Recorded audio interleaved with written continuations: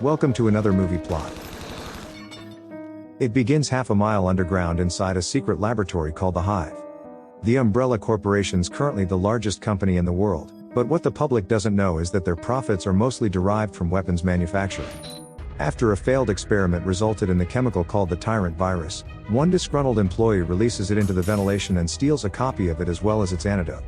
While leaving, the man bumps into one of the 500 staff members stationed at the Umbrella facility beneath Raccoon City. We transition to him as he's joined on an elevator with some other employees when the power's cut and the group's suddenly left in darkness. The lab's test dogs sense something's wrong even before the Hive's artificial intelligence can identify the spill and lock the place down.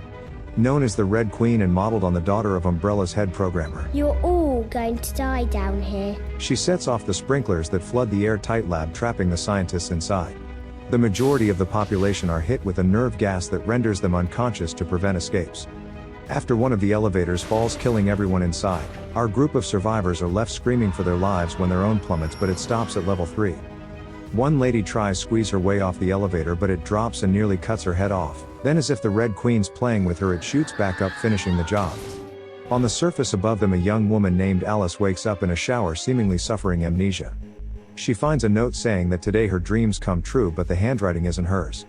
The building's monitored by the same computer system as the Hive and contains a small arsenal. Alice eventually finds a picture of herself with a man and assumes he's her husband, then hears a noise coming from outside and goes to investigate. Suddenly she's pulled back inside by someone and a SWAT team raids the house simultaneously. They shut down defenses and the leader asks Alice to give him a report, but she has no idea who they are, when the group medic mentions that a side effect from the nerve gas is temporary memory loss. The stranger has a police badge on him, but Matt says that he's a new transfer, so Raccoon City probably doesn't have him on file yet. Commander James and his team are Umbrella agents here to access the Hive through a secret entrance located in the mansion, taking Alice with them until her memory returns and Matt in handcuffs until they discover his identity. They continue going deeper underground through a warehouse to a train track that leads to the Hive. They find it deactivated, so Officer Rain goes beneath the train to reconnect the power and hears a scurrying into one of the vents. Another officer, JD, tries to open a closed door when a man falls out who claims to also have no memory. Alice recognizes the man as Spence from the wedding photo in the mansion, but notices that their rings are made by Umbrella.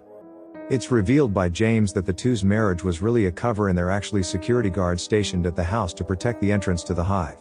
The team gain entry to the building and reactivate the lights, all of which the Red Queen lets them get away with. Upon arriving at the flooded laboratories, we see that the scientist had no luck with the axe and all drowned trying to escape. James explains the situation that 5 hours ago a virus spread through the facility, causing the Red Queen to go homicidal. When the team begin the search for the Queen's chamber to destroy her with an EMP, the dead scientist suddenly reanimates behind them. They push on to a room labeled dining hall on the schematics, but find it filled with containers housing Umbrella's dirty little secrets, experiments kept hidden from the facility's staff and even James's team. They locate a hallway leading to the Queen's chamber that Officer Kaplan attempts to hack into. James enters alone to make sure it's safe and gains access to the Queen's chamber at the end, but when 3 other agents carrying the EMP joins him, she traps them inside and activates her defenses. Kaplan's unable to shut anything off as a laser appears and swiftly glides through the room, slicing off one agent's fingers and their medic's head.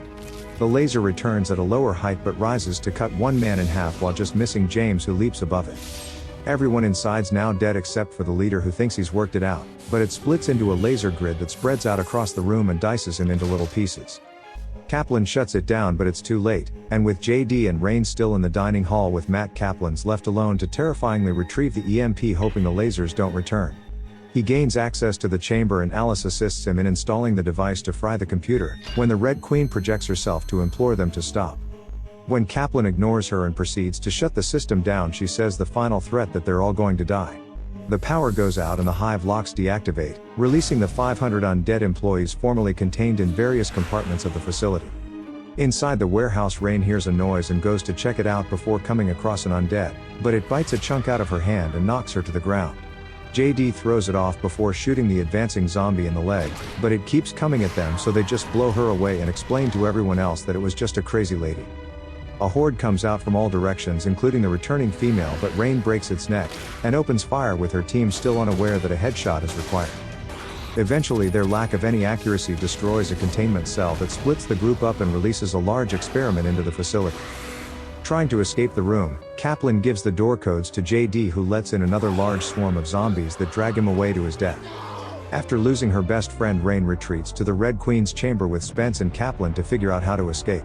Matt's trapped trying to get the keys to his handcuffs with a burning zombie nipping at his heels, but is saved by Alice, who sets him free, and the two team up together. Shortly after, Matt searches the offices while Alice the kennels and finds them all torn open, when a rotting zombie dog enters and chases her into the next room. She's attacked by a zombie, but her umbrella training kicks in and she breaks its neck before retrieving his pistol. The dog leaps through the window, so Alice retreats into the next room again, this time one filled with more zombie dogs that she uses every bullet in the gun to kill. When the original escapes, Alice leaps off the wall and boots it through a window, presumably killing it also. Meanwhile, Matt's searching through the offices and finds Dr. Lisa, who seems innocent at first until she tries to bite him like all the others. She's bludgeoned in the head by Alice to save Matt's life, who reveals that she's his sister and that locating her was the reason for pretending to be a cop. Alice suddenly has flashbacks of helping Lisa gain access to the hive, where she intended to steal evidence of Umbrella's treachery before the Red Queen shut it down. Matt still doesn't know that Alice was Lisa's contact, and assumes that whoever it was betrayed his sister and stole the T-virus to sell on the black market. Still not remembering if that was her intention, Alice says nothing about it, and they barely make it back to the rest of the survivors. They aren't able to escape and only have 1 hour until the entrance to the hive reseals, so Alice decides to reactivate the Red Queen to ask for her help.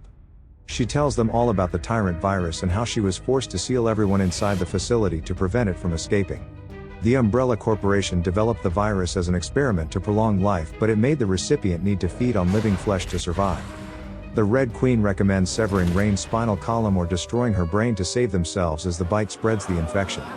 Alice counters with the threat of deactivating her again, so the Queen agrees to help them, leading the squad into the sewers to try find a way past. While Rain's arguing with Spence about what direction to take, zombies appear from both directions, so they all climb onto the pipes above them. Alice holds off one side while Rain another, who faces down a zombified JD and hesitates, getting herself bit again. She manages to put a bullet in his brain and join the others on the pipes, but Kaplan's also bitten in the process. They cross above a large group of zombies when the pipes collapse and Kaplan falls into the swarm. Alice makes it out, but Kaplan has no way to get across and tells them to leave, planning on using his one bullet to shoot himself. Begrudgingly they move on and Alice hears the gunshot, but Kaplan's decided to use it on a zombie and returns to find another way out.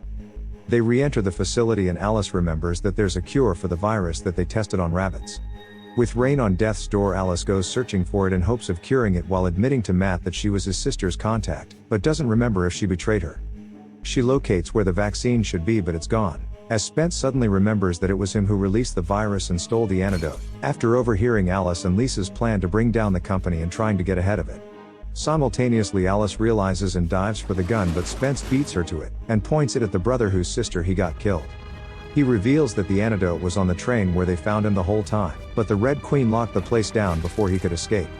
Everyone stays silent as a waterlogged zombie emerges behind him and takes a bite out of his neck, but he still manages to lock them inside the lab and escape back to the train station. Matt thinks Spence has got away, but the Red Queen says that's not true, in reference to her experiments. I've been a bad girl. We see Spence is about to inject himself when the experiment crawls in through the ceiling and quickly mauls the traitor. The Red Queen describes the liquor as the result of injecting the T-virus directly into human tissue, and now that it's fed, the creature begins to mutate even larger. The computer bargains with Alice and says that the only way it's going to let them out is if she kills Rain, who happily obliges for the good of the others. Alice instead hits the Queen's screen as the EMP shuts her down once again, as Kaplan's returned and fried the computer when it didn't allow him to open the door. The creature smashes through a window into the lab, but they all manage to escape and flee back to the train station. When Alice collects the cure from Spence's corpse, he reanimates, so she puts him down at no real loss. Kaplan begins the journey back to the mansion and Alice injects him and Rain with the cure. The latter appears to die on the journey, but when Alice is about to make sure she doesn't return, Rain wakes up and tells her that she's not dead yet. Suddenly the beast's claws scratch Matt and it begins searching the train for a way inside. It's able to rip the door to the cockpit open and kills Kaplan, but Matt gets the door sealed to the cabin. The liquor bursts through, knocking him back and getting shot in the face by Alice, giving Matt a moment to ram it with metal pipes that Alice pulls from and nails the creature to the floor with. Matt attempts to open it but sees Rain reanimate, and when she tries to bite him, puts a bullet in her head, sending her back onto the button. The floor opens and the liquor drops out, getting crushed by the train and catching on fire behind them. Matt and Alice are the only survivors and escape the hive just before the facility seals itself again. With the vaccine and the T-virus sample in hand, the two plan to publicly shame Umbrella and reveal their corrupt experiments. Just then Matt collapses to the ground with a scratch to his arm showing signs of infection, but Alice is unable to supply him with the cure before Umbrella scientists enter the mansion and drag him away to be used in another one of their experiments. Alice is taken alongside him and we hear from her operating table that they're going back in the hive to investigate. Sometime later Alice wakes up in a hospital bed wrapped in a paper tunic and hooked up to tubes. She removes them and stumbles over to the two-way mirror before screaming for help, but we see that the staff are already zombies. After managing to escape the room using a needle jammed into the code lock, Alice exits the Umbrella-owned hospital to find that Raccoon City's been destroyed and everyone's missing. A newspaper article reveals the tyrant virus escaped the hive and infected the population despite all of the Red Queen's precautions. After finding a police car containing a shotgun, the final shot shows Alice standing with a pump action in her hands ready for the sequel. And the movie ends.